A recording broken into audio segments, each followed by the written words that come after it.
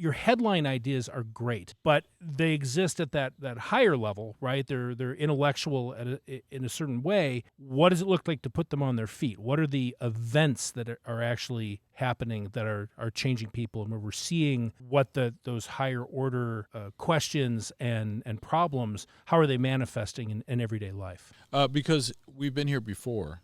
And on shows, actually, So many times when you're on a show and you want to we want to say this, and then you get stuck because it's like, how do you break that down to characters and emotion, and how does it happen? And then and then when you get into the characters, you can get away from the theme, get away from what you're trying to say, because the characters are taking somewhere else, and you're just trying to turn it. That's the hard part, and so it's more in the breakdown of that stuff. And I just want to say, just because it's a good idea, if it is, doesn't mean it's the right idea for your show. Right. I'm just trying to make illustrate the idea, the issue.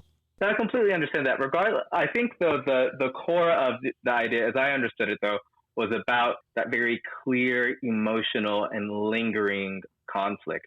And given that agency is a theme of the show, I really like the idea of connecting it to his own agency and the reality that there are some spaces in which we have power, but it doesn't translate elsewhere, and that also creates lingering tension. Yeah. Right. So I think that even if it's not going with the story that you gave, I think the emotional core of that story is really, really valuable.